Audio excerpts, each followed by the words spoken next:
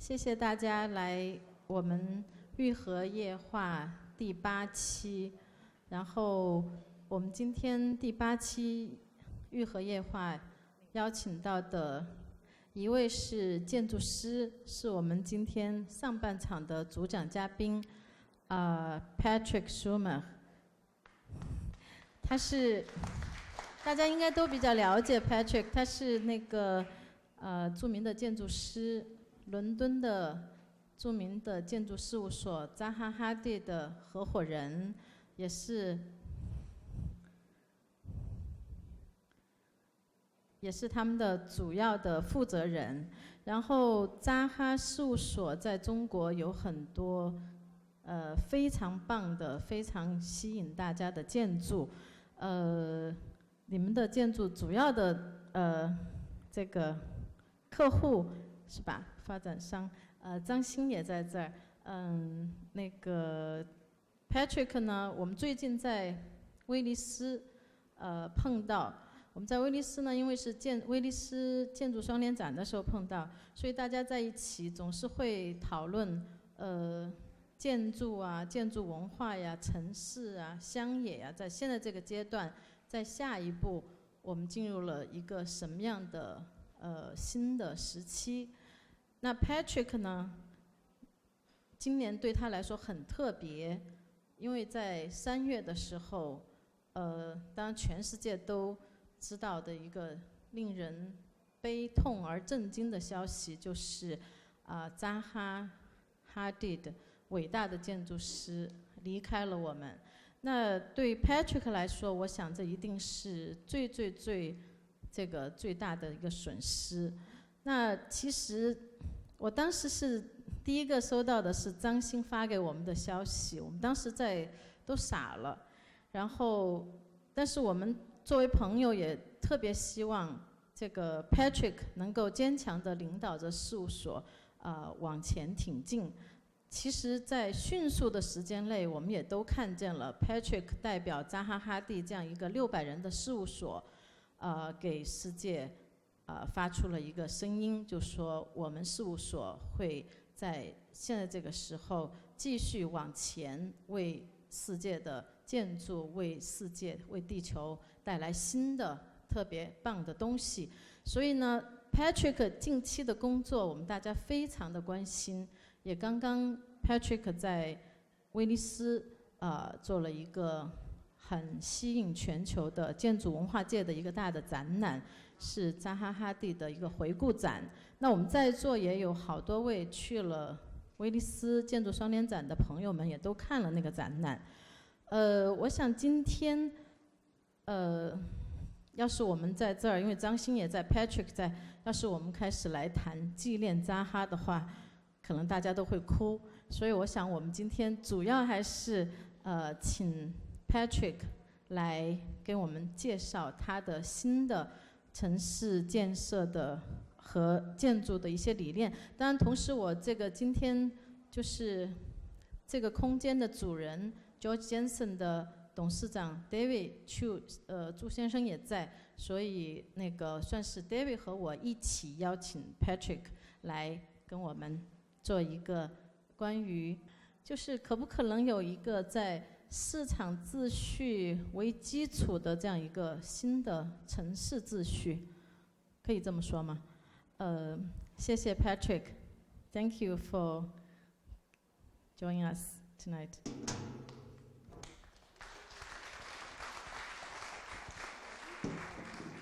Thank you, dear Wengling. Thanks for the introduction. I didn't understand a single word, but I know you're very generous, and I'm so happy to be invited here and be given this wonderful platform, this beautiful space in the center of Beijing. Rather nostalgic place, I have to say. And I was just, one of the challenges one could discuss maybe later is what it means to have a contemporary art center in the center of Beijing now, looking back and being nostalgic, whether it puts us in the right mood and mode for contemporary art addressing the complexity of the contemporary world. So there's a challenge in the critique. Is there any chance to lower the light level of these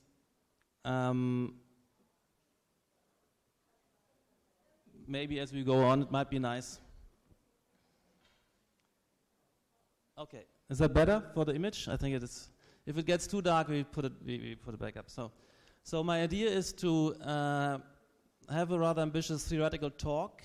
I will preface this with a series of images, just to establish where we are coming from. That I'm a practicing architect with Zardid Architects for many years, and that we created a lot of projects in different regions of the world, and mostly urban, and different scales and different program types. So there's a certain track record, and also to illustrate where I want to push architecture into the future, and what I feel and think the cities of the future should start to look like and could look like. And I will argue why this would be life enhancing and potent. I will talk about maybe for about 45 minutes, 60 minutes, depending. And I have an overall 1.5 hour allocation. And I hope that there will be a lively Q&A after this. So we have, I would say I leave a half an hour for debate and discussion, because I think some of the statements I will make could be provocative and deserve reflection and debate. So the question is, can there be a market-based urban order? And the background of this, as you will see, is that I would argue that in the last 30, perhaps even 35, 40 years, everything which was built on this planet in terms of an urban scale has no beauty. Is a kind of menacing urban disorder. I call it garbage spill urbanization, a lack of identity, a strange sameness, although the ingredients of this sameness are kind of different, but they don't add up to a recognizable order and identity, and we need to understand why this is happening, and whether this is an inevitable condition of the contemporary world we live in. We have to accept. I think no. If we had to accept it, I would exit the discipline and change profession, but I believe otherwise. So we have put a series of Chinese characters underneath some of these slides. I also understand that there's simultaneous translation available for those who would like to have it, but it seems very few people use that, so it's great. I will also give a lecture, the same lecture, in a different context at CAFA, Central Academy of Fine Arts, tomorrow, and we'll continue the debate there. If some of you are very keen and interested to know more, you can join there and continue the discussion. So one of the premises is that I think we're living in an age of mega concentration with the prospect of a free market order. So the first one is a given, and the second line is a prospect that there could be an urban order, even if that urbanization process is not centrally controlled and planned, but is a market-driven phenomenon. I mean, that's what it is now. And at the moment, there is no order, legible order in the built environment.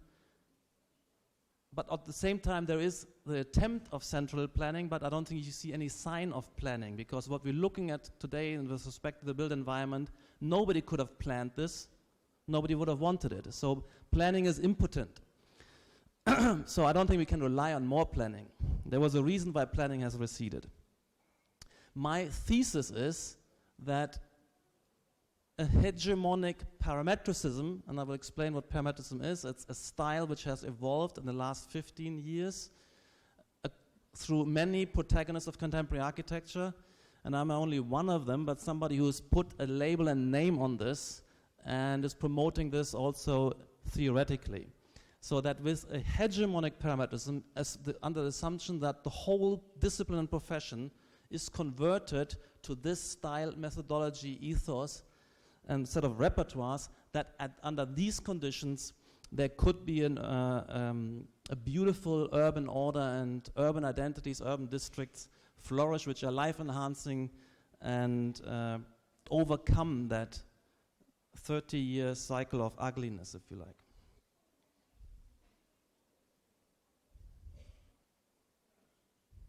So parametrism, I've wrote a number of articles about this. You can look that up and study this. It's a new global style for architecture and urban design. And by the way, you also see in the slides I put together all the design disciplines, interior design, furniture design, fashion design, even product design, graphic design.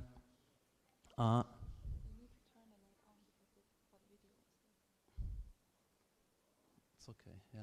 Maybe one of the lights can be put on for me, but I think they can put it on if you don't want. Maybe one of them. So, not okay. Okay, leave it on. So I've exposed myself publicly through writings and lectures with that phrase parametricism and the attempt to deliver a. It's okay if maybe I'm more important than the image. Is it better? Okay. That's cool. So I got a lot of pushback and criticism and ridicule for my attempt to canonize and formalize and advance a particular style as the global epochal style. It was seen to be a bit of an overreach. So that's the thesis. And what is parametrism? It is a style in which all elements of architecture have become parametrically malleable. That means they have variables, adaptability, they're soft, they can adapt, connect, change shape continuously in the design process. And also if you repeat a form, it's not identically repeated, it's repeated with adaptive iterations. So we're not living in a world of rigid repetition anymore. The advantage of this new way of working and using a new set of design tools is that we can intensify relations of the different elements. They can start to adapt to each other, resonate, embrace each other, both within a project and also the project against this context. So we're getting a living architecture like organic nature where the different species and subsystems recognize and adapt to each other in a co-evolutionary process. And this is the old paradigm for the last 5,000 years. Architecture was created only with a series of simple primitives, and they were just combined, added to each other. And this is not only all classical architecture, but also modern architecture, because this was Le Corbusier's analysis of Rome, and he stripped these primitives bare and said that's still the only repertoire of architecture.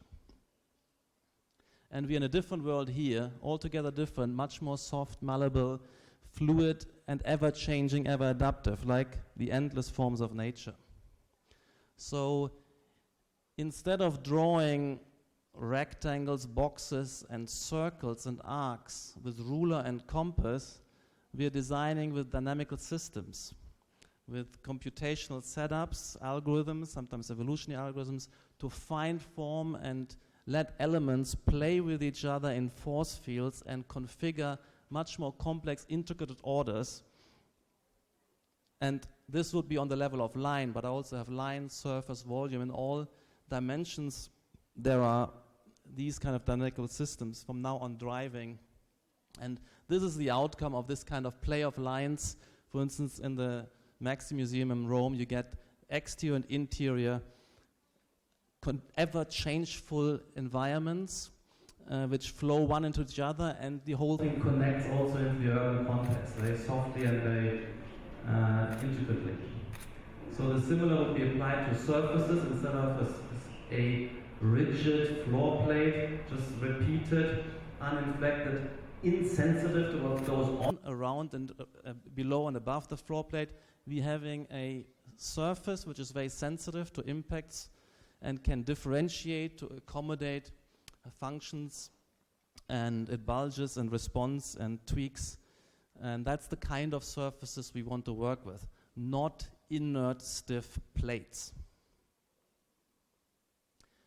And these are some of the designs we can create with such surfaces, where a bench morphs and evolves into a shelf, and it creates a kind of abstract landscape where also you can discover as a user different ways of interacting. It's not stereotypical where a table and a chair and that's all there ever is in an interior.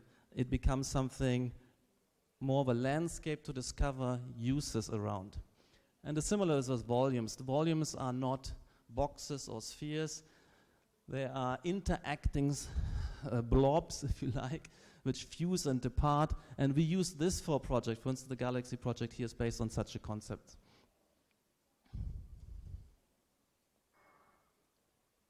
And we also use parametric tools to address urban conditions. So you can see here that we have two existing fabrics and a new system, but the new system is able to adapt, to pick up the lines, the streets, to pick up the urban grain of the existing and be quite continuous, but then evolve and be quite changeful, to have larger, bigger volumes, have clearings, and the whole thing is quite natural, and you can find your way through it, rather than what happens normally, a third element comes in, or a kind of undigestible garbage spill comes in.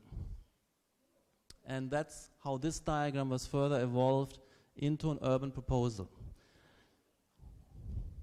So the first publication of parametricism, I first came out with this in 2008 at the Venice Biennale, and then in the article I showed earlier was published in 2009, and I recently republished a whole collection of articles of mine and friends under the label Parametricism 2.0. It signifies that after 10-15 years of avant-garde research, this paradigm becomes very mature and really makes claim to be the mainstream paradigm, the global best practice way of working with respect to methodologies, computation methodologies, with respect to a series of ambitions like contextual affiliation, the refusal of simple repetition, the refusal of just collaging things randomly. So, and I'm positing this as something which every self-respecting architect should confront himself with, argue with, come on board, or else argue why and for what reason and what advantages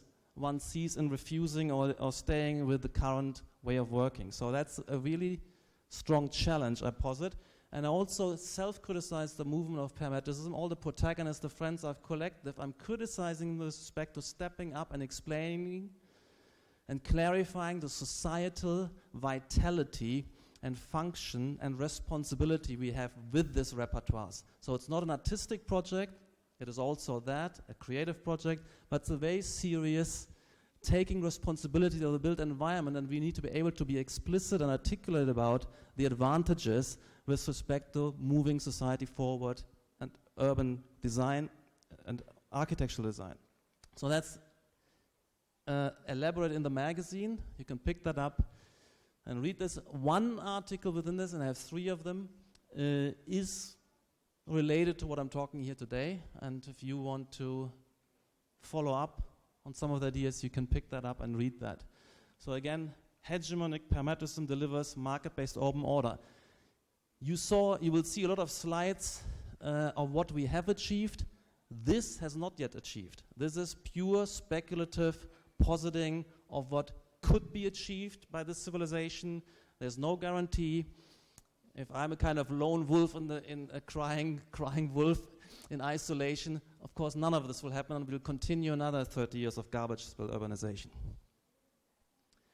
Now I'm just clicking very, very quickly through so you can see that we have built up over the years a certain track record and credibility that this new repertoire is delivering interesting projects, highly functional, high-performance projects in all domains, whether it's cultural, museum. You see how we're embedding into complex conditions, pick up various urban geometries, how light-footed and versatile we can handle complexities and integrating existing building, and doing something quite elegant and natural and not forced with the complex site. And now walk you through the galleries, highly functioning, highly elegant, and very transparent. I'm interested in this indoor-outdoor connection in complex circulation spaces where you have orientation and gathering and deep vistas, this kind of changefulness that you're not in one space A, B, C. With every step something new comes into view, you pull through. In certain moments there's choices opening up and you flow through the space, but there's a logic in this flow which means that you can orient without knowing the overall figure. You're just following the logic of the space pulling you through. And you have these kind of interesting look back, the outdoor and indoor connection into the context.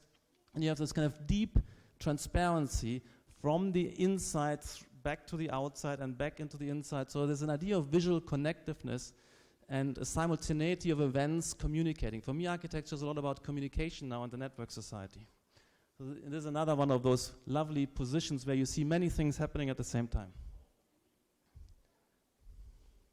This is one project of many.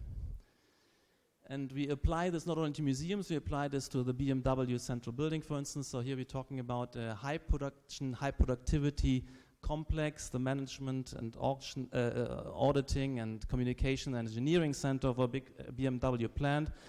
And again, they'll be using a system of flow lines, bifurcating, accumulating, and moving to orient the interactions quite visibly of everybody looking at everybody else and communicating while the car moves through a BMW factory.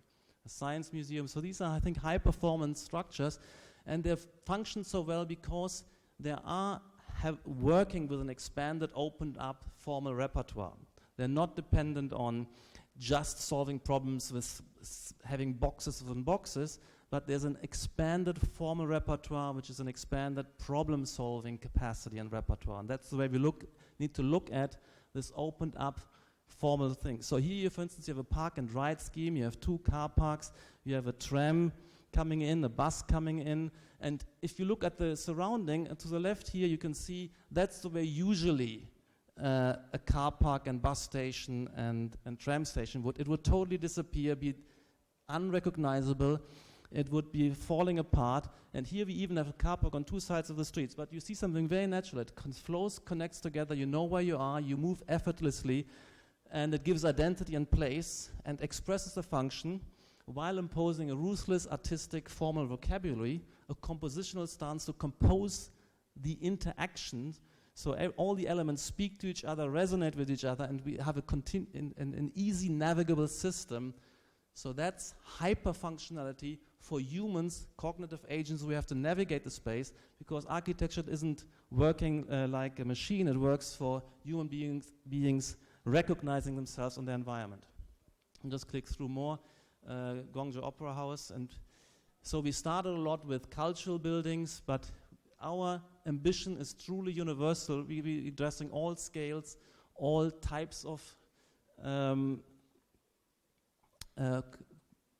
programs. Here's a lot of the cultural buildings we've designed. This is on site in Rabat. It's an opera house with both an outdoor and indoor theater. Infrastructure projects in Abu Dhabi and in Taiwan. Here's a bridge which is at the same time an exhibition space, something very unusual, hybrid combinations which are made possible. We're not restricted to stereotypes. We can have a bridge which becomes a gallery space, an exhibition space. And it's also able to adapt to conditions. There's an island 2/3 across the river, so it can play and adapt to local conditions and yet be an easily recognizable, coherent figure, like an organic creature.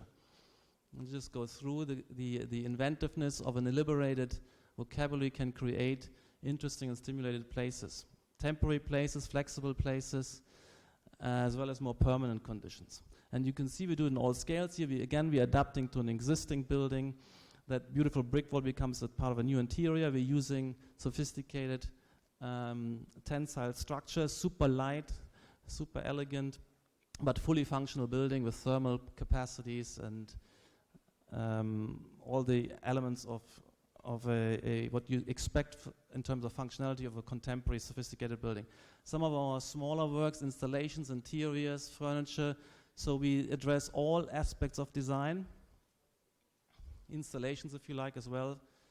I'll just go through quickly. Car design, nothing is alien to us. Kitchen. And every time there's a kind of expanded repertoire of addressing these issues. Engaging with natural environments, furniture, they become quite abstract and playful, so we can open up and play also with our interactions and the way we gather and associate and reassociate.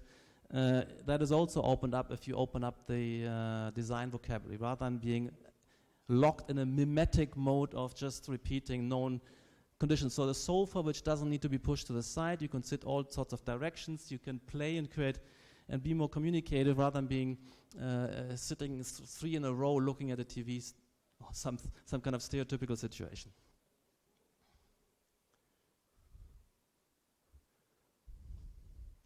It's a new series of timber furniture, 3D printed, is a very sophisticated evolutionary design with a series of algorithms to create something super light and super fine, and a little bit of fashion design also.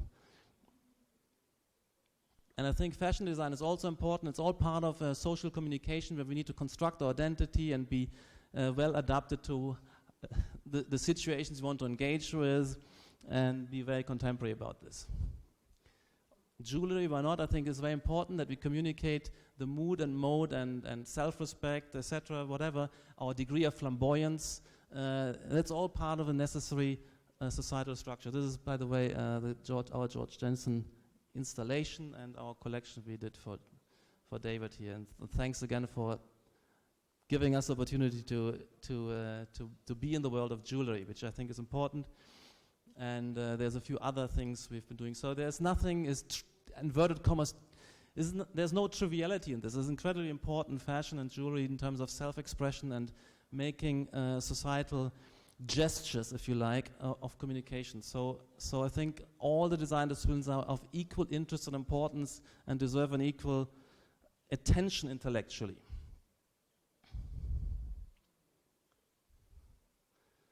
So this is a residence for Pangu in Beijing. So it's working on playing on the idea of a courtyard house as a penthouse. This is under construction. A small building in Oxford connecting between two existing historical structures, and we got a prize for the most historically sensitive preservation project with a radically contemporary proposition. And I think that makes sense. This building connects, is able to pick up the different structures, swing around the T, can be sensitive to the tree, and so we don't have to insist on our form. Our form is very plain and swings around a tree and connects where it needs to be connected, and that's, I think, very, very important. A Hong Kong design school, a very complex tower, which is unusual. You can move underneath it, you can have various atriums, you can step out on a terrace, and that's very unusual for a condition in a tower. It becomes very, very communicative and open up internally. So, I mean, there's so much we've done. I mean, this is an economics department, the economic science department in Vienna. And these views are for us important, where you are in one space and you can see many things and different layers above, below, all around, even to the outside. So you become very, very well connected to what's going on. That's very important because we're living in what I call the post-fordist network society, where we need to stay in touch with what's going on around it, and these kind of spaces are incredibly important. We can't afford to disappear into a corridor, elevator, cell, or floor, cut off from what else is going on. We need to put continuously in transparent interaction. Every space communicates with other space, because we need to recalibrate what we are doing with respect to what everybody else is doing continuously. So we open up the section, we're flowing through our buildings, and we can address very complex urban sites, multiple levels, and yet have a coherent figure, easy to grasp, easy to flow through, not confusing, and hosting a series of beautiful settings. The architecture is above, below, you move on top, underneath and through, and you go from outside to inside, and there's a lovely continuity and sense of where you are. You know where you are, its identity. It's unmistakably the same building, even though the settings are quite different. You know you're still in the same world, which follows different logics. And so there's been very, very hostile reaction initially when we published the renderings and the proposals. The whole architectural world of Korea stood up against us and said this has nothing to do with Asia, this has nothing to do with Korea, this is kind of alien. But once this was constructed, it was hugely popular, and even the architects came around loving the building because they love to be there. And this is the most visited cultural center in the world in its first year of existence, only beaten by the Louvre in Paris. And it's been incredibly successful. So we got to be self-confident with respect to what we're proposing, and I am, and resist a little bit of pushback, and nevertheless, in the end, success speaks for itself. Aquatic Center in London.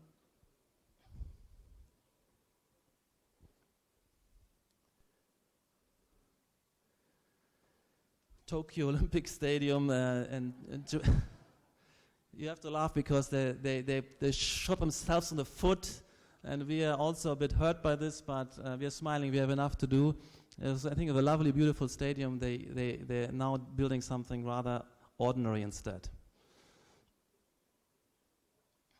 But we're doing something for the World Cup in Qatar. So we don't mind doing houses, even lush and wealthy houses, because these kind of houses are, I think, also wonderful occasions for global networking, for elite communication, which also needs a place to exist. And it pulls above the tree line, so it adapts, it carves diagonally into a kind of sloping ground, and the bedrooms and spaces pull up on top of the tree canopy, so it's also very contextual in its own way. And it's just fun. It's just, life should be stimulating at times as well. I think it's very important as well. One of our major cultural buildings in Azerbaijan, Baku, you'd see it's very different from different sites. It sponsors different exterior spaces. And yet you always know where you are, that you're part of a new coherent world. And the interior is also lovely, and there's a way of avoiding complexity and clutter by making the staircase as one move with the lighting, with the space. You don't need to kind of collage things together. It's about opening up complex set of relationships by avoiding visual chaos and pollution and visual complexity. And again, these kind of deep spaces where from one spot you can see many different things inside and outside unfolding. And some very, very abstracted, beautiful spaces where you see people suspended in space. That's quite fun. And the use of curvature is essential. So I'm talking about the superiority of the curve. The curve makes things legible in the face of complexity. Maintaining legibility is very important. And again, you're moving from one space to another. It is a very different warm atmosphere, of course, you change of material, but there's a certain aesthetic and formal operations which are maintained across different materials, different situations. So it ties it all together, because what belongs together should be visibly recognized as belonging and working together. And the details, again, that there's no staircase. The staircase is organically carved out of the same surface which delivers the ceiling, the lighting. So we don't add up cluttering the spaces.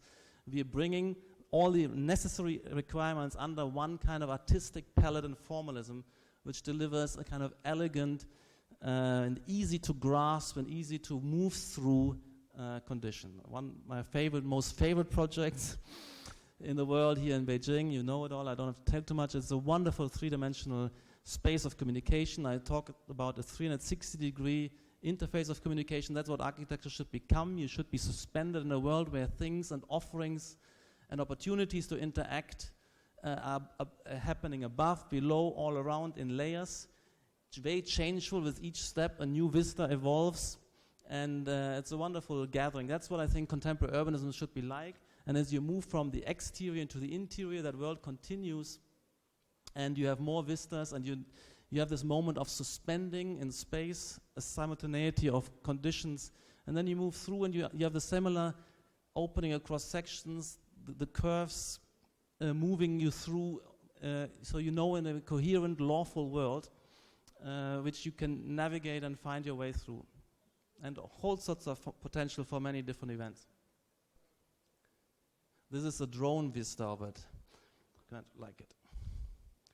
Wanjing and more projects with Seoul, China, of course, in Shanghai, as well as this tower, which I'm very excited to see under construction here, with where the tower condition, again, instead of having a core obstructing communication on each floor plate and across floor plates, we open up the center to have communication across. When you step into this tower, you see who is where, what's going on where, and you can also remain in contact with the outdoor urban space. And it's just a wonderful spectacle. And we have a project in Nanjing. So China has been a wonderful opportunity for us to explore our creativity on a larger scale, very, very important. I love the audacity and entrepreneurship in China, the dynamism of progress. There's more projects, residential in Milan, this is Cairo. And we don't worry about the large scale. The large scale in our case doesn't become monotonous and menacing. It becomes elegant, beautiful, monumental in its own way.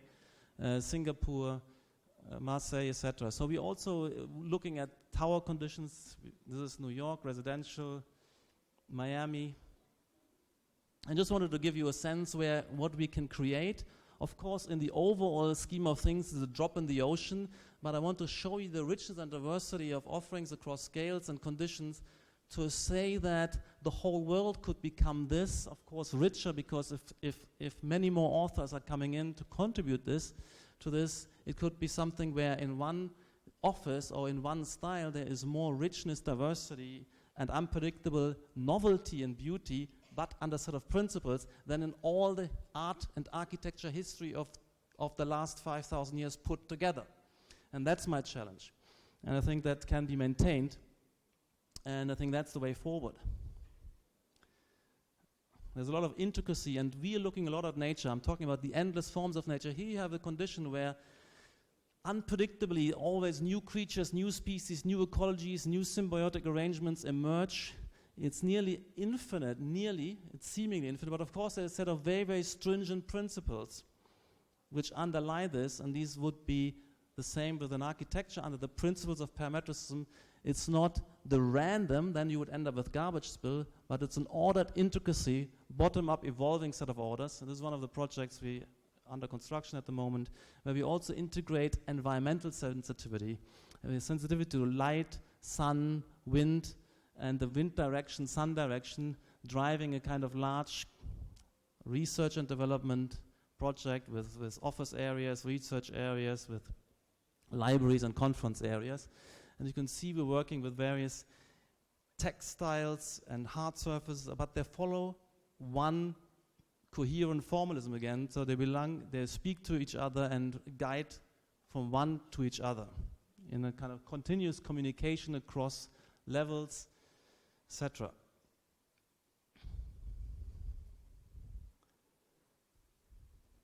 Infrastructure projects, recent projects, exhibition hall in Germany.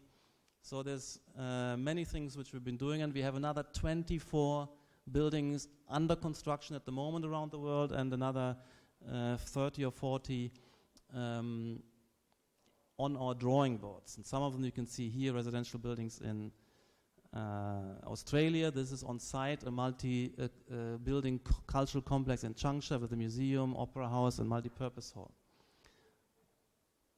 So we continue to make a small dent in this menacing garbage spill, which I've talked about, but again, it remains a drop in the ocean. That's why I don't care about the success of Zaha Hadid Architects per se. I'm caring about inspiring a movement within the discipline as such, and to really transform the built environment once more, because the built environment has been totally transformed in the 20th century, and it should be transformed radically once more in the 21st century with the conditions we have living under now, and with the new opportunities we're having. By the way, we also designed the new Beijing airport. There's different versions of this. This is not the latest. You can see how an airport could create a guiding system, an atmosphere, natural light, and a rhythm of roof conditions guiding you through and pulsing you through the airport. And we also don't mind working with cultural references and affiliations and sensitivities in a very, very contemporary and lightweight way. This is Chengdu Airport proposal. Or working with timber and natural materials and a new museum project in Cambodia. So we're addressing many moods and sensibilities, materials, and we're always trying to be creative and new and other. But yet you can also see the coherence which moves across that whole repertoire. And here you can see another kind of parametric regionalism, this way in the Islamic world with domes and shells, but they're super contemporary, high performance concrete shells, where some of the ornamentation is actually structurally motivated, but you get something very rich and festive which can compete with the best palaces and churches and achievements, I think, of world architecture. My latest obsession is mega atria for towers, so you get really a fantastic internal world of communication across levels. This idea, instead of having everything spread around into multiple towers, let all those 6,000, 10,000 employees come together and see each other moving, roaming, gathering and moving across. and make that all one big, wonderful three-dimensional space. I offered this to Hyundai, but they were more interested in height, pure height, so they opted for a kind of trivial tower, which is a few hundred meter tall with a central core, and again, we found somebody else to do this for us, and this is in China. We will do this here. Urbanism is also to be addressed. So we have an urbanism of continuity, of adaptation, of affiliation, and I will talk about this more. So parametricism is real when it comes to us, what we've achieved, but again, it's a drop in the ocean if we are the only one pushing this. It needs to be expanded. But we are operating on all continents, all scales, and all function times. It is universal from fashion to urbanism, and it is the totality of the built environment and the world of artifacts, it's including product design, graphic design, everything you touch, see, and surrounds you is in my and our, the discourse's competency, and will have to ideally funnel through that needle's eye of our collective discourse and our influence. When we design something, it spreads around the world on the internet, and we can influence everything which makes up the world we inhabit, without exception. Now, questions. I'm not finished, by the way. This was just the premise. But I want to take a sip of water.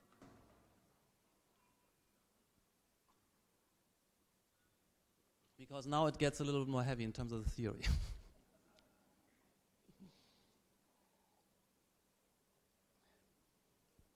But I also wanted to spoil you a bit with some of these visuals, so from now on it gets a bit more heavy going. So what I'm saying is that social order requires spatial order,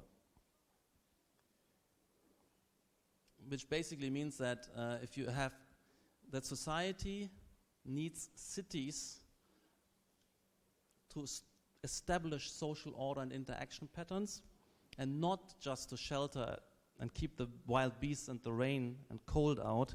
That's the trivial engineering aspect, but it's about patterning social life, and that's very important. Order means a place for everything and everything in its place, but this could also be a kind of migrating, fluid, statistical place. And what I'm saying is that the built environment provides society with a necessary spatial ordering matrix, and that the city is a gigantic sorting machine above everything else to order the total social process. And this social process is now a global one, or millions of people in a large city are connected in a cooperative network. They have to function together. And that means their interactions have to be relevant and structured. And that's very, very different from where we came from as primates, where it was only a matter of 25 apes roaming around in the wilderness.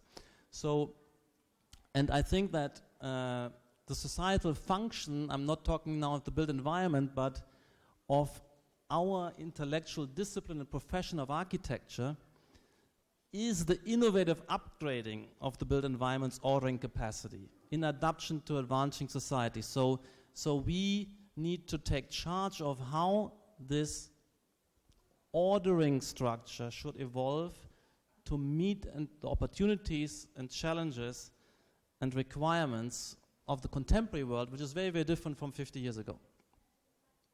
And I think this to be looked at. So when I look at architecture, what I'm interested in is the ordering. It's not the physical barriers, the shelter. It's the instructions you can read when you, and the placement of players and actors in constellations and in relations of hierarchy, access, connection. So it is really on the most general description of architecture's task is to provide order, not shelter. Architecture is responsible for social functionality, not technical functionality. That's what we have the engineering disciplines for. That used to be all confused, but in the last few years it has really crystallized. So, and I believe that this social order is mostly delivered via communicated demarcations, like these lines on the field, not by physical barriers.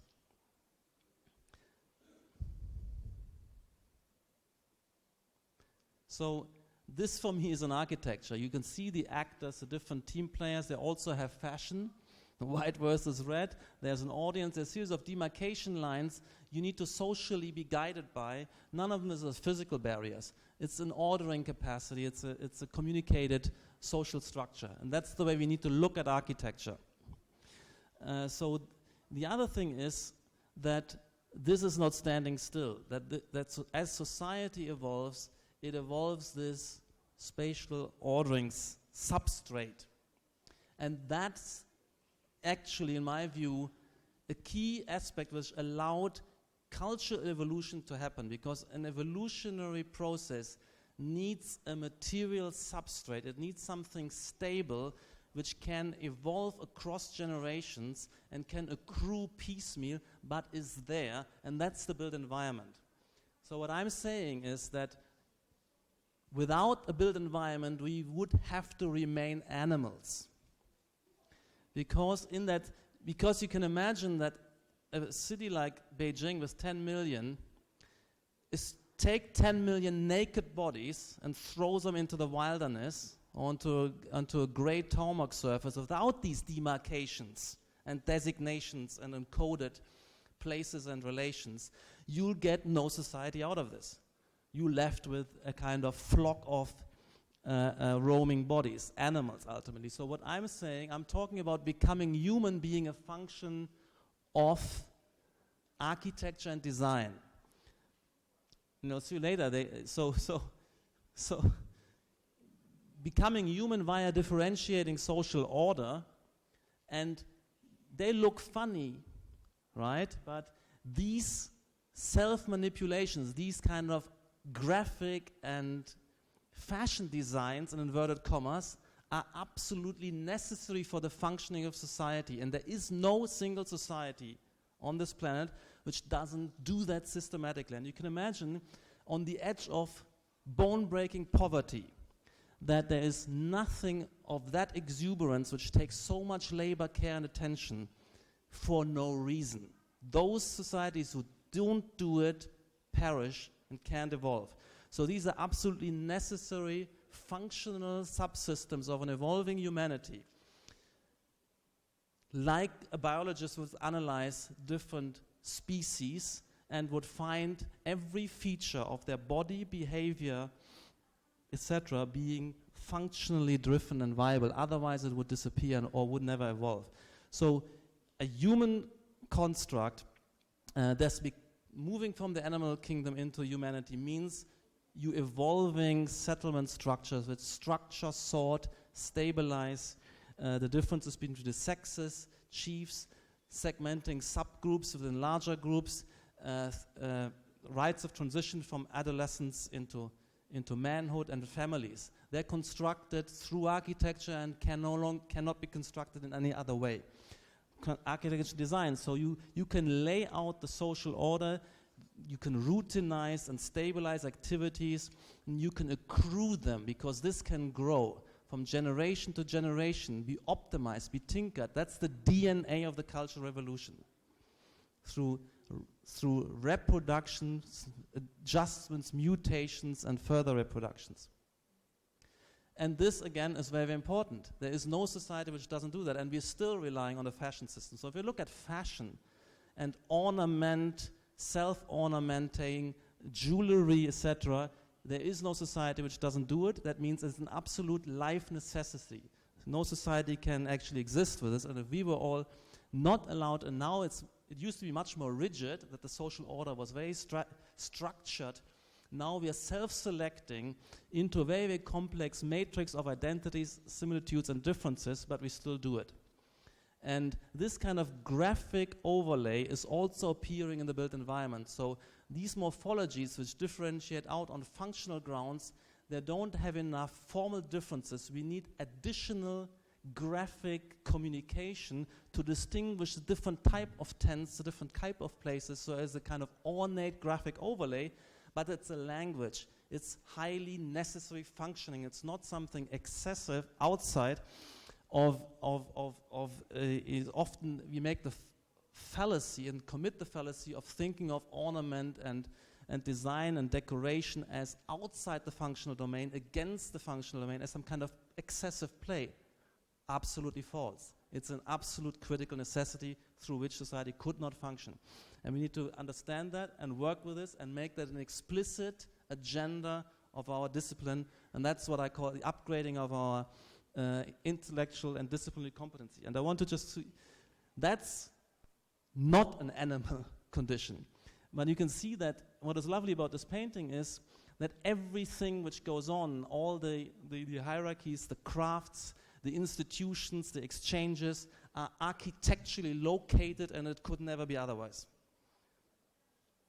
And also you can see that the dress code, again, is highly distinct. And you can see this, I'm sorry for the bad quality of this image.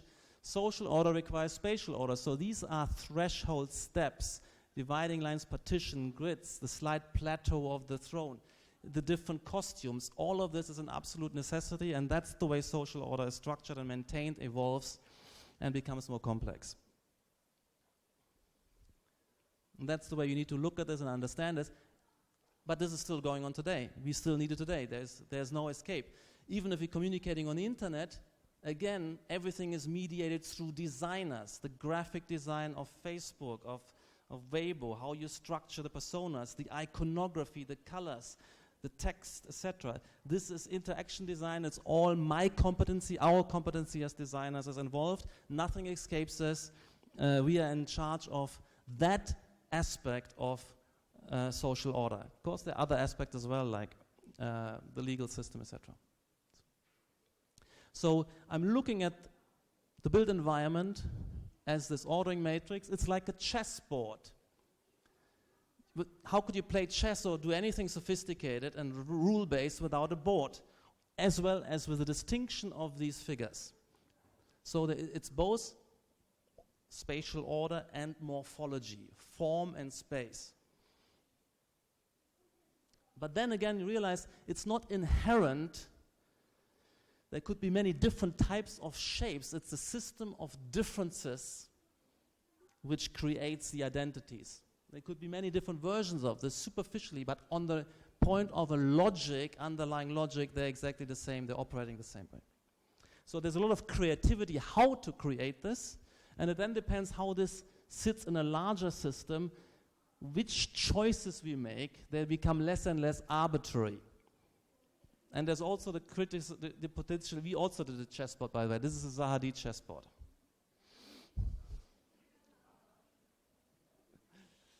And now, when things become complex, we contracting a problem. Now, we like it complex because we have a complex society. We are super, super productive. We can have million peoples intricately differentiated in a world division of labor, and that makes us so potent and free within the last 100 years that we can now fly to Australia, and most of us don't have to work before 27, 28, and then stop working again. And so we live in a world of plenty, and we've cut ourselves loose from the constraints of the material world to a large extent. No longer there's bone-breaking precarity, but we're contracting this kind of problem for the architects that if complexity rises, the scene in which we have to orient and navigate, to find each other, to collaborate and to find relevant partners of communication in the information society, the scene becomes rich and complex, and the problem of orientation arises. What's where? What's going on? I can't cope. Can't cope with this.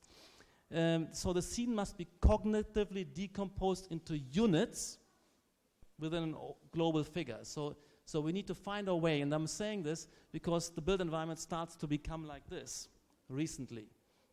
And there are certain reflections which I'm introducing into the discipline.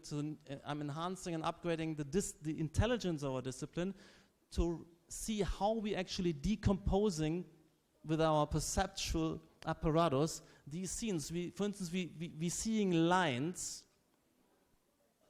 We draw some of these dots together into lines, horizontal or vertical, and of course you could also make vertical lines here through proximity.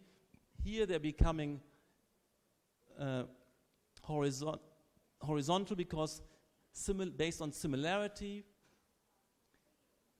We're looking at a complex scene and we're picking out the continuous lines, the smooth continuation. These are different bottom-up principles, how we're processing a complex scene, what kind of structure we're ending up on. If you look at this figure, you're seeing these two lines, and you don't necessarily these two shapes meeting, but you could.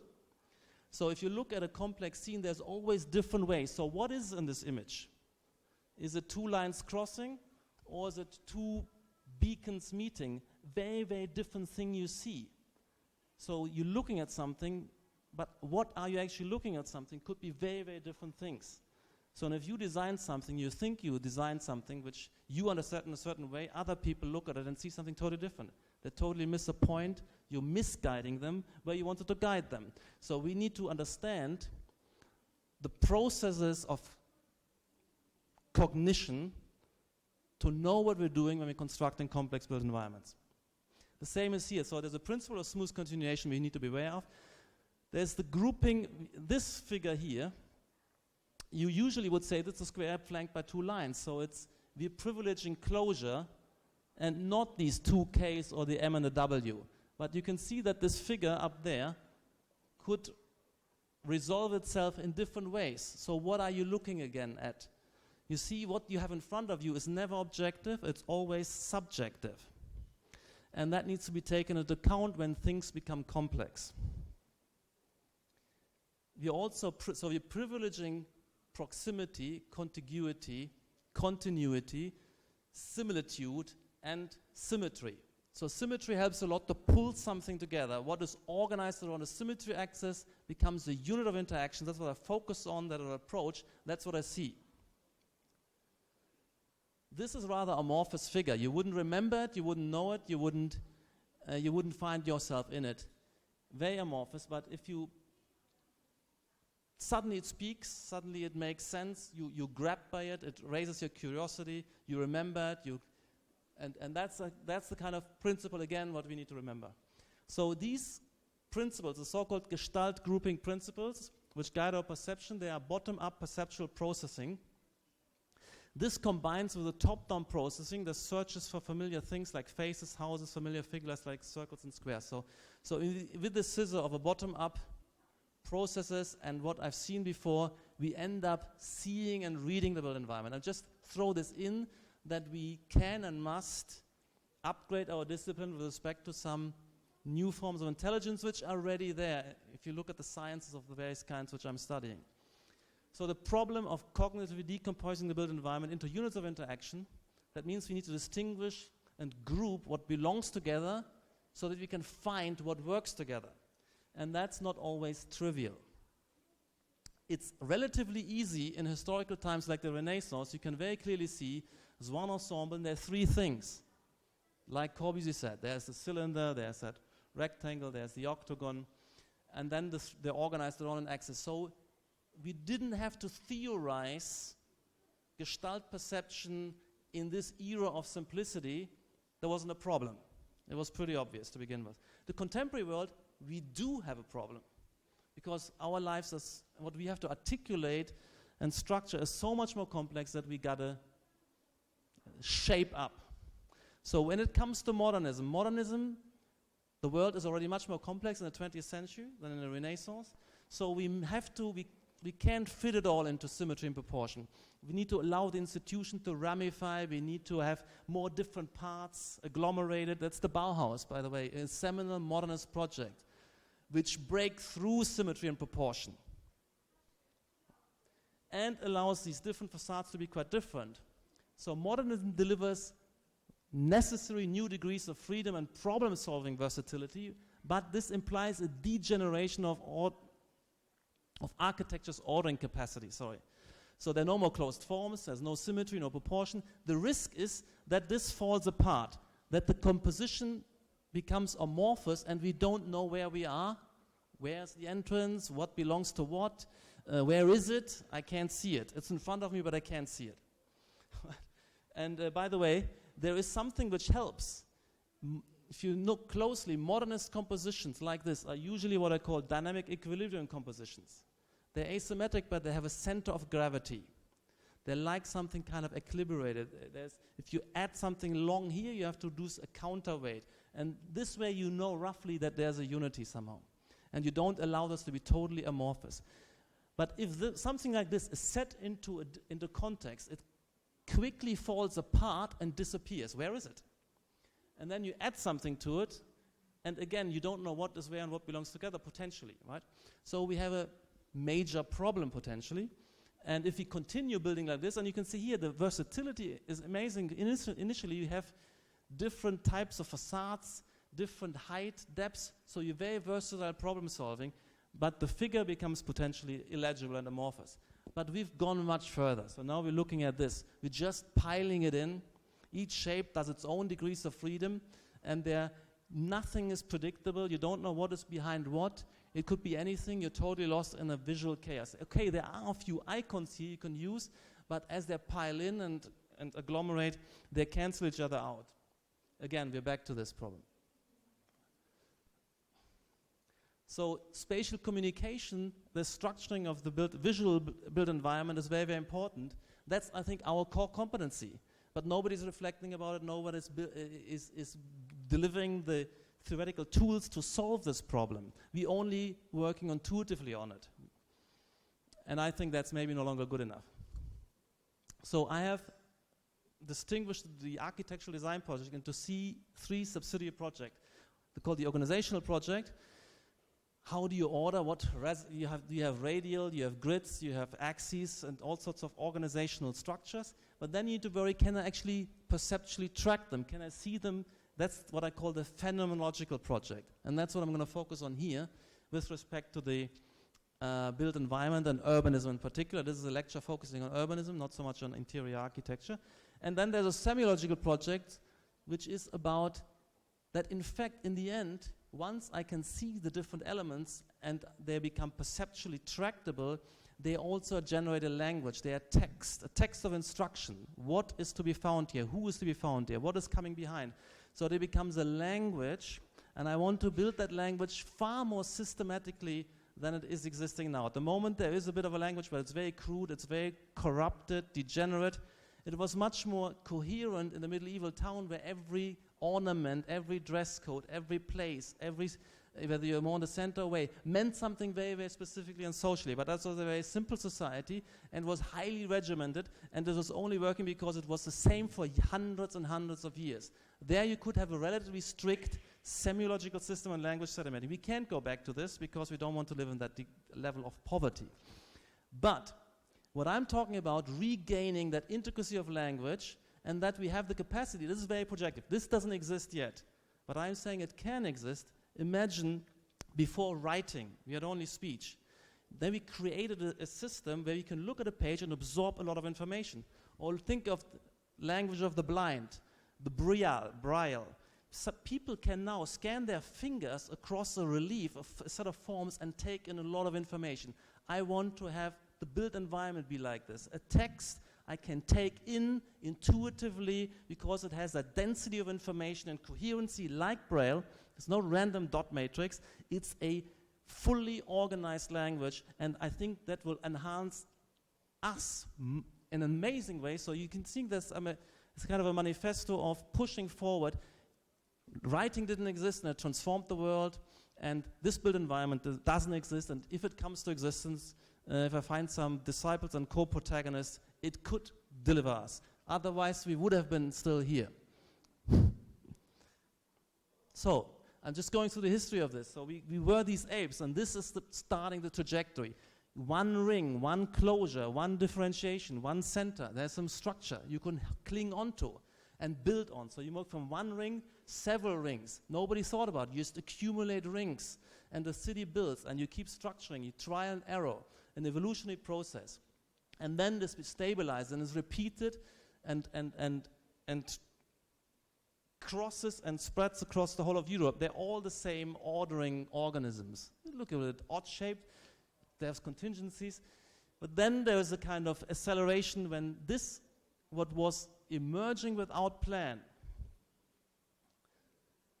this city at a certain point was drawn That wasn't invented. This was just a rationalized drawing of what had evolved without any plan, without any knowledge.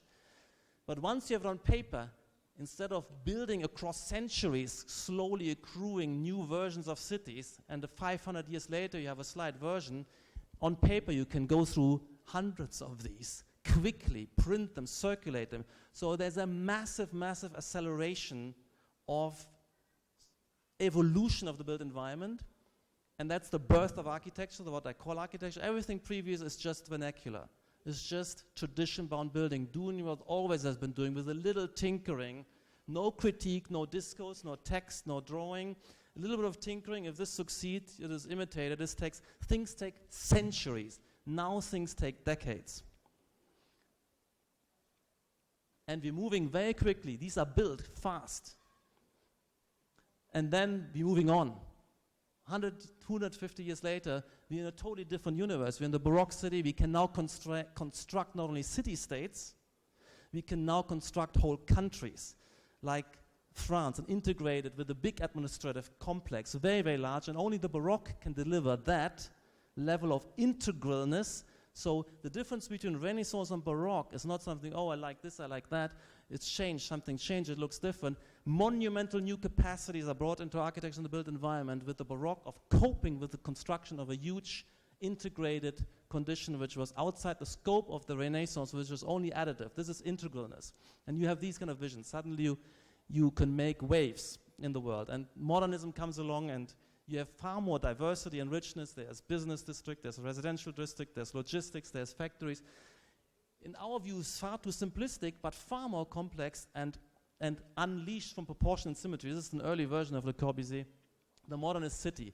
And these we can still perceive as beautiful. There's simple order. Brasilia was conceived and built with all the different government structures, residency structures, office structures, etc. And that's the last moment of beauty under modernism, I would argue, but it's relied on central planning, and that has a certain disadvantages and crudities because the center has to gather all the information, has to lay it out, it has to be stable across decades. We're in a different world. We're in a much, much accelerated, more complex world, so this kind of architecture can't exist anymore. But modernism did exist and changed the world, and in the 20th century, as you know, everything around the planet, radically different physiognomy, different condition than what we had in the 19th century. And there were visions and hypotheses and fantasies in the discourse to say that the linear city could also swing around the globe. Didn't happen because this was a model based on central planning. What happened instead was the unleashing of complex, bottom-up, market-driven processes, but the architectural profession couldn't deal with this. It had to give up. No architect wanted that. There's no urban design. It's just pure happenstance, but it has vitality and wiped out the simplicity of modernism. A Brasilia, we can't exist. What Manhattan and New York and London delivers to the world could not take place in Brasilia, in these vast spaces where you can't communicate, in the serial order, in that monotony. We are far too intricate, too dense. So Brasilia is a dead letter when it comes to contemporary architecture and urbanism. But what is happening is more vital. This is Moscow City, by the way. That density, that diversity, that heterogeneity is what we require. But nobody wanted that. Nobody designed this. Is outside of the scope. There is planning going on in London, of course. Yes, the planners are putting their brakes in. I think they're restrictive. They're trying to cope. They only intervene negatively, but they haven't planned that. Nobody has planned that. Nobody wanted that. They're totally impotent, and I'm saying, go home. Get out of the way. You're useless. You're actually hampering the self-organizing capacity of market processes, of entrepreneurial creativity, which they're blunt and stop from solving a lot of problems. So they have to get out of the way, and that I'm very, very serious about it, and I've been on various conferences where I make these challenges also to mayors and deputy mayors. And something like this is not the solution, by the way. These are single projects would start to step in. Whew.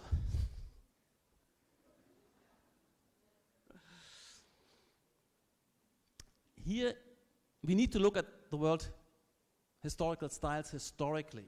What they delivered with each epoch of civilization comes with its own set of repertoire styles, methodologies, and parametricism is what the 21st century requires and has come up with.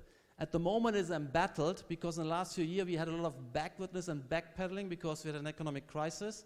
So the steam, there's been other forces, backward, nostalgic forces which are in the disciplines which I'm battling. For me this is a style war or culture war, an intellectual battle of ideas which to gain control of the built environment for all of our sake, because if we're leaderless going into 5 different directions, we will remain impotent as a discipline, and we should go home. This is just rehearsing the history of the different styles. There's some transitional episode, after modernism, postmodernism, and deconstructivism. And I think parametricism in the last 20 years has been very, very systematic, has been very, very coherent, and it is tying in with what I call post-fordist network society, which is very, very different from the mechanical mass reproduction Fordism society, which was compatible, by the way, with socialism and communism and the mixed planned economy, but the technological and civilizatory stage we're in is incompatible with central government structures, by the way. So I'm claiming that there could be a free market urban order where planning gets out of the way altogether, and we have an intelligent market process, competitive process, trial and error, profit and loss signaling, what works, what doesn't work, entrepreneurs finding the intricate connections and synergies where things need to be what they want to be next to each other, rather than planners said, you do residential here, you do office here, you do retail here. Nonsense. They have no clue what should be where. They should absolutely get out of the way, because it needs to be a trial and error process where visionary entrepreneurs try out new products, new synergies, new connections, and throwing out the standards which hamper the potentials of the civilization. So it is possible to transform, but we need to ramp up a bit the rhetoric, because I'm getting impatient, because I need to get this done in my life, at least started.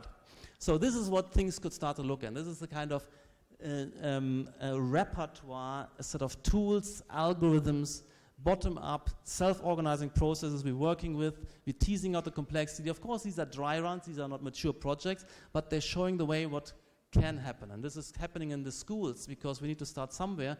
We can't jump that in reality, but we've done this now for 15, 20 years. And you can see that in 1980s, urbanism retreated from actually planning and building something to this being this kind of barrier and break, which just kind of being a blockage. And the disappearance of modern urbanism needs to be looked at.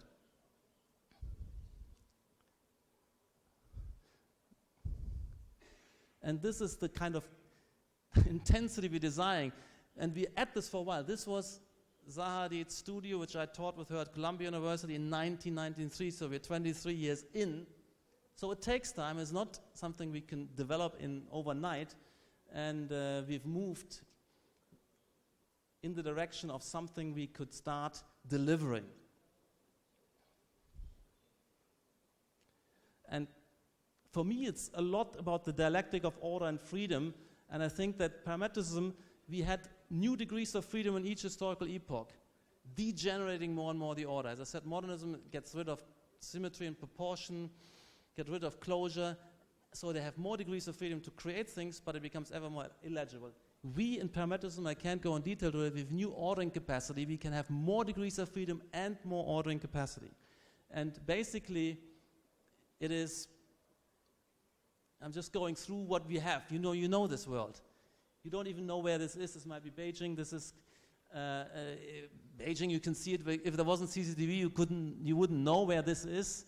This is an endless spill. That's what I call the garbage spill. There's no order, no sense, no menacing. Where is this? Who knows? It's everywhere the same. This might be Sao Paulo. This might be Rio. This might be anything, any suburb. So this is okay. This is Seoul. Sometimes there is a little bit of a figure which comes along and gives a little bit of, but it's a drop in the ocean, right? It doesn't help all that much. So we need to generalize and universalize pragmatism, what we deliver in these local points. And we can, I think, create with our systems a past-dependent, unpredictable, future-open identity, like growing a new ecology, a new species. And the ecologies are different on different regions, different planets, under new conditions, but they're all following the laws of physics. So there's a rule-based logic, and this is just throw them out, go home, planners. I don't want to go in detail through this. It needs to be bottom-up, and who knows where this is? I mean, it's Tokyo, by the way, but who knows? It's all that.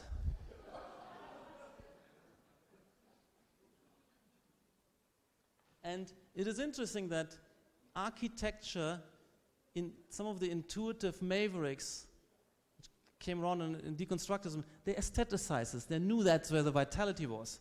I mean, yes, it's horrendous, but it's better than Brasilia.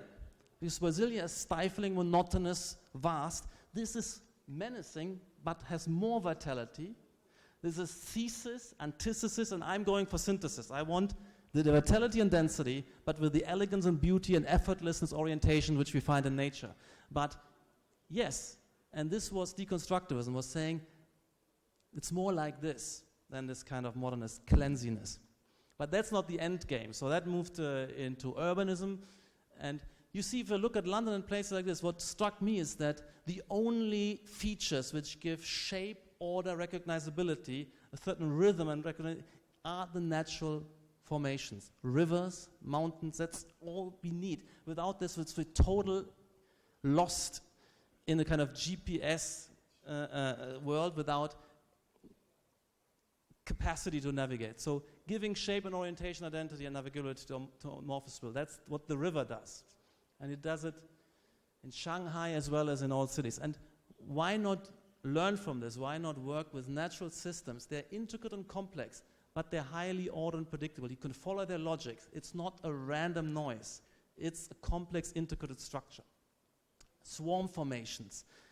Don't make it a spill. Make it swarms. They have a direction. They have an intensity. They're pulled together and pull apart. You can follow them. You can see there's shape and navigability in 3 dimensions. So that's our urbanism. And look at all these wonders of nature. There's all rule-based, bottom-up, emergent orders. Nobody invented this. There's no God. We know that since Nietzsche. So these are structures which emerge out of a principled rule-base, and we can simulate, recreate them, and now we can also be creative with such processes to speculate about potential emergent orders. These are all, of course, images from nature. And this is the kind of designs we're creating. We create quasi-natures. They're artificial. We can't go back to nature, escaping, or back to nostalgia. We have to love our lives and our cities, which give us that incredible prosperity. Cities are prosperity engines, and if we have such cities, this prosperity could be further enhanced. Sorry, I'm going back now. So we're looking at all these natural structures,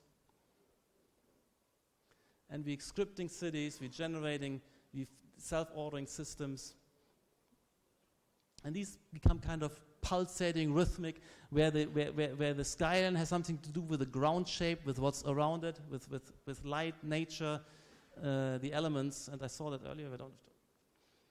And we can do that quite into the detail.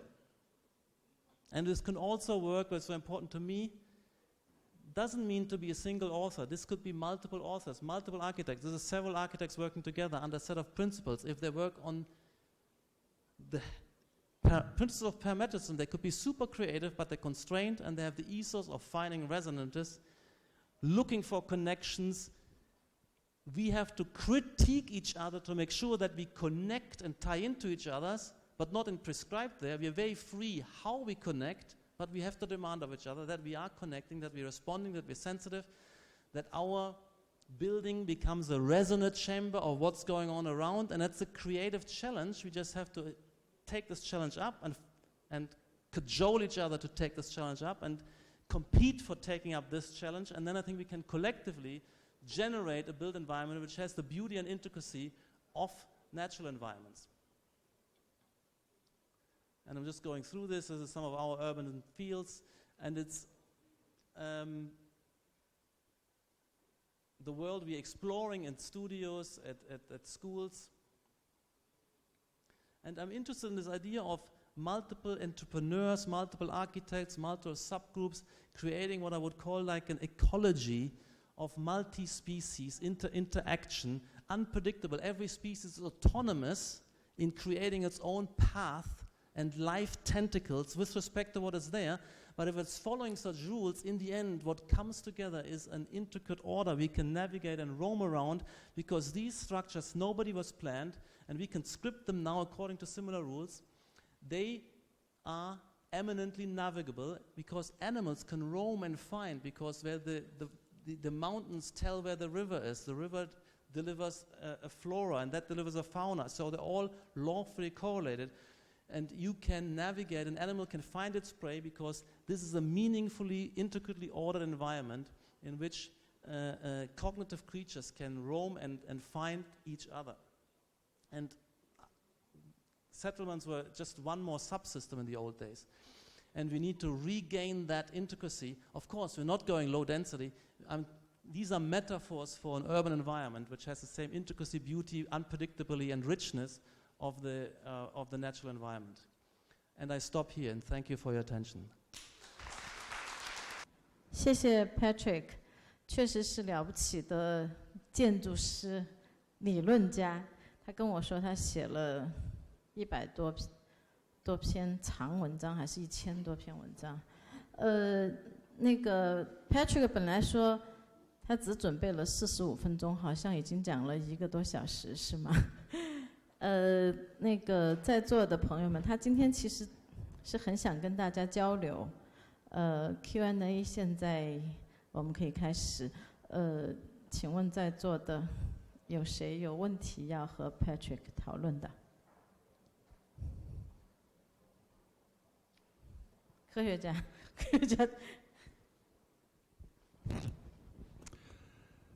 So it's very interesting. So sitting here, listening to you, it's not too much different from what we do in science. We also use rules and computer simulation to simulate natural phenomena like fluids. You know, fluids really is this endless creation of all kinds of forms, very beautiful. And given all kinds of boundary conditions and constraints and perturbation you can have, you actually use all the words in science, like bifurcation and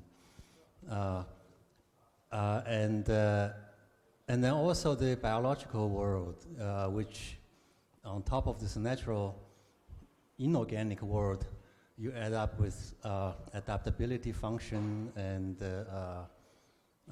structure.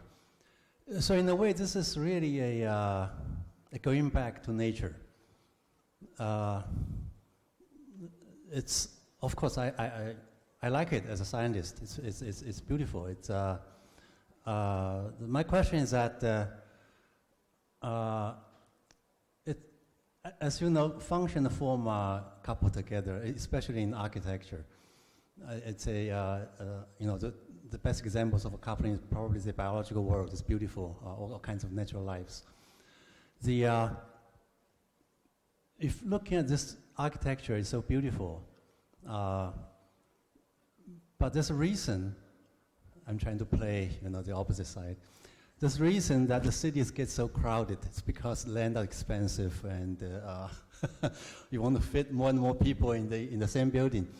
For example, in our university, it's Peking University. It's only, you know, we only have this much land, and then the university is expanding, and we are not allowed to build buildings higher than 5 stories because there's a summer palace there, Yiheyuan. And all this kind of very practical, you can say, stupid constraints.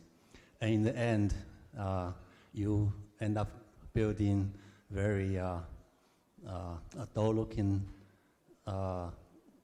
ugly-looking buildings. The only function is to house all the slabs. Let's say, so this.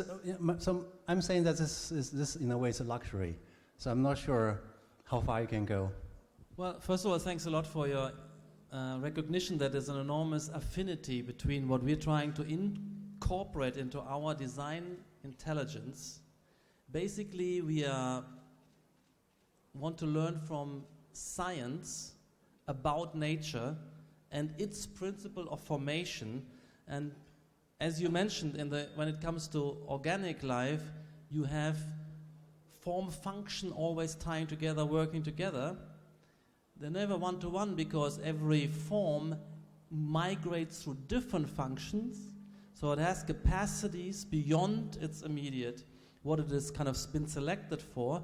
But we are very much also a student of complexity theory, as you said, of the self-organizing capacity of matter. So we're looking at Stuart Kaufman expanding on the Darwinian paradigm, and we're getting into very, very interesting arena. We're actually working and using science simulations like fluid dynamics, real flow as a design engine.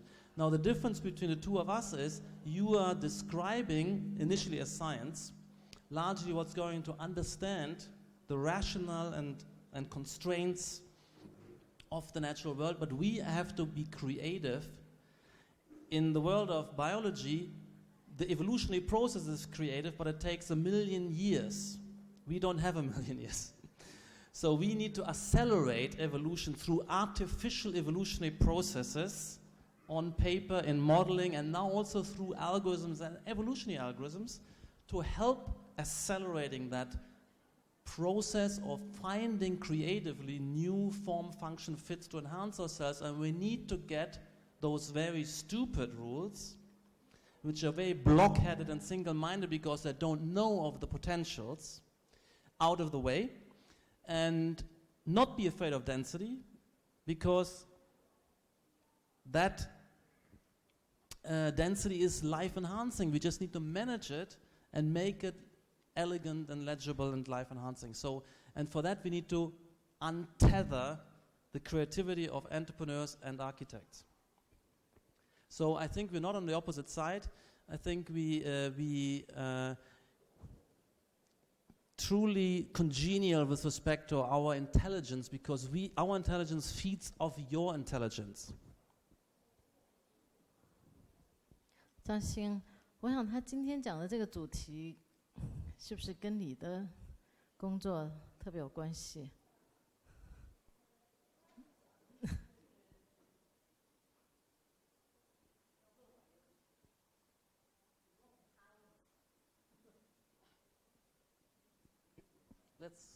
This is a summary of half of this world.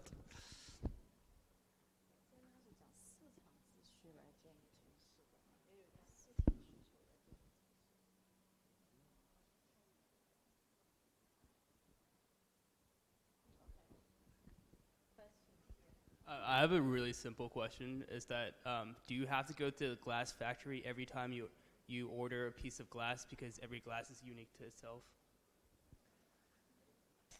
No, we have now geared up I mean, not just glass, but everything. No, we're living in a world of robotic fabrication.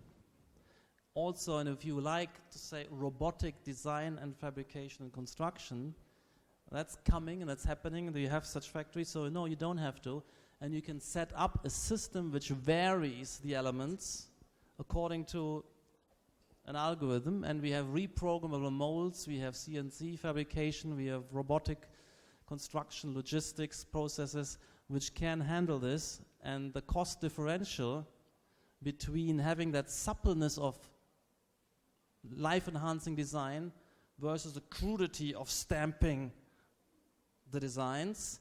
I mean, it's still a bit cheaper to stamp the design, but what you end up with is so costly when it comes to the time wastage and disorientation, that money spent in making the design versatility will be highly, highly productive to invest in. So this will be a super profitable business. I promise anybody investor who wants to invest in my ventures, it can only be super profitable, because what you give up in terms of productivity and wasting people's time and lifetime running down empty corridors without seeing and meeting each other that's where the cost is. And the upgrade for investing in design capacity is much cheaper route to prosperity. So this for me is a prosperity engine. Okay. So you claim that the market-based urban growth will be beneficial towards the parametric design, but would you say the design has reached its maturity to be efficient enough to have whole cities incorporate the parametric design? In principle, yes, but it needs to generalize. I mean, it can't be done by a handful of small firms plus one large firm, our firm. We need that critical mass of a whole movement of a field, a discipline, pulling together in a collective search and competitive process of improvement. And that's what I'm inviting. So we are ready with what we're doing, but what I'm talking about is gearing up and training up a whole generation of new architects and converting those who aren't too old, let's say, to learn something new, to come onto a collective project, and that's what it must be. It is, look at the computer science and the world of microelectronics and programming and AI, leading into AI. There's a whole field, disciplines, millions of people around the world working on this. Then you really can achieve something. So I must say, yes, I think the principles and potentials are very clear. We're a bit beyond that point where, let's say, Alan Turing would set out the possibility of a universal computing machine and sees its potential. We are 3 first steps ahead. But we're still in an infancy. And what I find are just an invitation to see what else is around, who else can you choose to as your interlocutor for your career development, and then we have a debate. But I think we should converge onto something which I think is ready to be rolled out if people pull along with it, rather than kind of self-indulgently backpedal and stay with old solutions. Patrik 先生你好，我想问一个问题，就是从这个古典建筑到现代建筑，非常重要的一点是那个材料的革新。那参数化主义其实所使用的材料跟我们已有的现代建筑并没有多大的差别，那你如何实现这种革新呢？谢谢。I mean, the materiality is only one very subsidiary aspect. I don't think it's not important. We're actually trying to work with new materials. We're working with composite shells, new forms of concrete, steel. I mean, ETFE panels, pneumatics, tensile structures. So we are investing in new materials, but I wouldn't want to focus this. You can't say it's the only new thing, not at all. What we have to focus on is the morphologies, the orders, the permeability, the intricacy, the ordering tropes. That's much more important. It's relatively simple to see that there could be a new material which has certain properties which might be advantageous in an engineering sense. But my point is, yes, that's relatively trivial. And we should focus on a new repertoire of space making and social ordering. 谢谢 Patrick。最后一个问题 ，last question。朱小姐有吗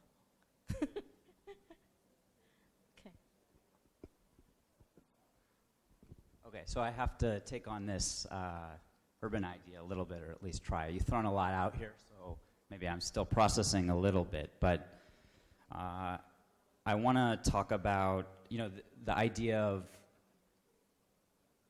Well, it's good that the picture of Tokyo is up there. Maybe that's a good place to start, which you describe as garbage, which I'm sure is a provocation. But I think just looking at that image, you can see a lot of ordering systems at work that are maybe not entirely obvious, but the idea of decentralizing the subway system, the concept of fire breaks and how they developed post-World War II apocalypse, the way it sort of negotiates history and novelty, the way it negotiates order and disorder, right? So to say that that's totally bottom-up, uncontrolled, I think, is not a fair assessment of that image, okay? But, so my question, I guess, is, you said we should get rid of urban planning. Yeah. Okay. So I guess what my deeper question is, but let me go on for just a little bit longer, is what exactly do you mean by that? Does that mean getting rid of fire codes? Does that mean getting rid of building codes? Because I would argue that those things yes, so are... Yes, that is true. That's right. what I say. Okay, so I would argue that all of those things have a kind of accrued intelligence, right? Which are different in different places and result in Tokyo versus London versus New York. I'm not saying that all of it is good, you know, but there's an intelligence there that, like, I think it's easy to say we should get rid of it, but then what? You know, I think it's easy to say we should get rid of all the migrants, Islamic migrants coming into the U.S., but then what? Or how do we achieve that? Maybe I shouldn't say that. That gets me into trouble. But my main point is that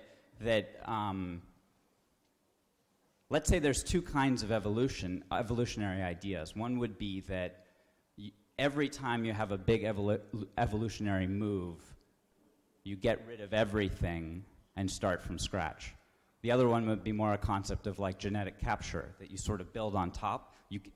The old is a scaffolding for the next and the next and the next. And so, like, how do we know what to keep and what to throw out?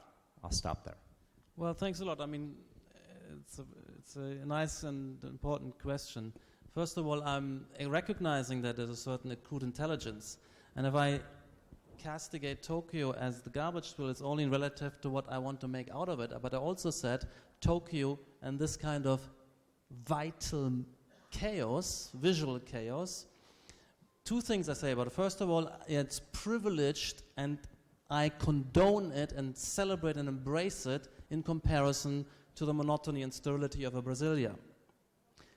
So that having said, there are certain issues and problems, and I also recognize that there is on the programmatic and life process level, to the extent that there were entrepreneurial freedoms to find synergies and make connections intricately locally, there is a programmatic order, but it doesn't transcend into visual, legible order, and that hampers that very programmatic order to function fully. So there's a dialectic clearly of substituting or building on a accrued, compromised, relative intelligence, which is the best we've got and better what we used to have, in order to posit a superior intelligence the next stage. Nothing more. For me, it's not a kind of a wipeout. The tabula rasa condition is not what I'm talking about. I'm talking about growing into and around and through and transforming. For instance, London at the moment has 500 construction sites, 250 towers on site, and another 200 or so on planning. So that's an opportunity right there. Now this opportunity is wasted because these towers are all in the wrong places, because some bureaucrats have some kind of rigid formula. What is in those, so the placement is all going to be false, the repertoire are constrained. They're not going to be unified because the discipline is fragmented into multiple of styles and approaches, and there is no shared paradigm. Basically, the discipline is, as an intellectual entity, very, very backward and nearly has regressed from the era of modernism. I think we're in a very, very bad state. We don't have a paradigm. We don't have a proper discipline. And that means a lot of this construction is wasted. There's a backpedaling. A lot of it is going to be neo-rationalist, something we could have built 100 years ago. So there's a lot of criticism and opportunity. I'm not building a new city next door. That could also happen. But planning needs to stop, not to be resubstituted by pure anarchy, but by the self-ordering capacities of market processes, entrepreneurial creativity, even fire codes. You know, fire codes is a kind of stereotyping of the problem. We have science and engineering intelligence to solve the issues of safety in new and creative ways, not with code. I mean, we use the world of codes is the world of 1950, where an engineer would look down tables to find a profile which was kind of coded. Now we're doing finite element analysis, we're doing very complex much more intelligent ways of solving these problems. That's what substitutes the code. A new, superior way of addressing the underlying problem, not a stereotypic, myopic stamping of things. That has to go. I mean, it is totally incongenial to the potential of the civilization. And in terms of urban planning, what has to happen is there will be private planning, there will be landowner associations, there will be collective action, there could be a kind of spontaneous gathering and trial and error system of finding synergies and hiring architects who in unpredictable ways, but according to sort of principles, will generate the order and integrate order we desire. And you can't expect them from planners. And that's what this tells us. No planner would sign this. No planning department. The planning department of Tokyo will not be able to defend this outcome. So that's why I'm saying there's an impotency which has to be put on the table, and I have a set of solutions and opportunities put next to it. They're not worked out because nobody's helping me to work them out. And I'll stop here. Why not stop and somewhere with a beautiful picture? The next picture is this. You mean to? Yeah. Thank you, Patrik. We talked about Lext creation, and thank you for coming to River to go further, give us your input and your ideas about what you want to do to the world, to the earth. But really, this is a very disappointed picture. It's not what we wanted for the Lext. Anyway, thank you. Thank you for especially come to. 也谢谢大家。今天 Patrik 的讲演，就到此为止。